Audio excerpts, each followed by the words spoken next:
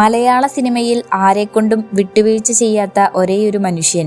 ക്യാമറയ്ക്ക് മുന്നിൽ നിൽക്കുമ്പോൾ ആ കണ്ണുകളിൽ ഒരു പ്രത്യേക തിളക്കമുണ്ട്. അത് സ്വന്തം നിലപാടുകളിലുള്ള ആത്മവിശ്വാസമായിരുന്നു. 1997 ജൂൺ 16. ആ ദിവസം മലയാള സിനിമയുടെ ചരിത്രത്തിൽ ഒരു വലിയ വിള്ളലുണ്ടാക്കിയ ദിവസമാണ്. വെറും 49 വയസ്സ്. എല്ലാവരെയും ഞെട്ടിച്ചുകൊണ്ട് അദ്ദേഹം മടങ്ങിപ്പോയി. അദ്ദേഹം നമ്മെ വിട്ടുപിരിഞ്ഞിട്ട് ഇന്നേക്ക് 29 വർഷങ്ങൾ പൂർത്തിയാകുന്നു.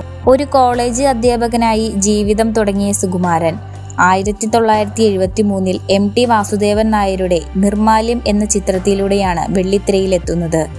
ആദ്യ സിനിമയിൽ തന്നെ മികച്ച അഭിനയം കാഴ്ചവെച്ച അദ്ദേഹം പിന്നീട് ബന്ധനം എന്ന ചിത്രത്തിലൂടെ മികച്ച നടനുള്ള സംസ്ഥാന അവാർഡ് സ്വന്തമാക്കി. മലയാള സിനിമയിൽ അദ്ദേഹം തെളിച്ച പാതകൾ വലുതായിരുന്നു. അഭിനയിച്ച കഥാപാത്രങ്ങൾക്കെല്ലാം ഒരു പ്രത്യേക ജീവൻ തന്നെ അദ്ദേഹം നൽകി. സുകുമാരൻ വിട പറയുമ്പോൾ മക്കളായ ഇന്ദ്രജിത്തും പൃഥ്വിരാജും തീരെ കൊച്ചുകുട്ടികളായിരുന്നു. അച്ഛൻ നഷ്ടപ്പെട്ട ആ വലിയ ശൂന്യതയിൽ മല്ലിക സുകുമാരൻ എന്ന അമ്മയുടെ മനക്കരുത്താണ് ആ കുടുംബത്തെ ഇന്നും പിടിച്ചു നിർത്തുന്നത്. അച്ഛൻ പകർന്നു നൽകിയ അച്ചടക്കവും ആർജവും തന്നെയാണ് പൃഥ്വിരാജിലൂടെയും ഇന്ദ്രജിത്തിലൂടെയും ഇന്ന് നമ്മൾ മലയാള സിനിമയിൽ കാണുന്നത്.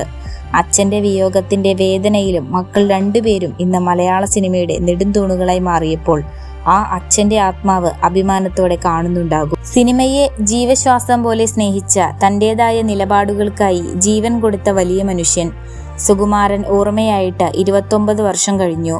എങ്കിലും അദ്ദേഹം അഭിനയിച്ച ഓരോ കഥാപാത്രവും ഇന്നും നമ്മുടെ മനസ്സിലുണ്ട്. എന്നും ആ ഓർമ്മകൾക്ക് മുന്നിൽ പ്രണാമം.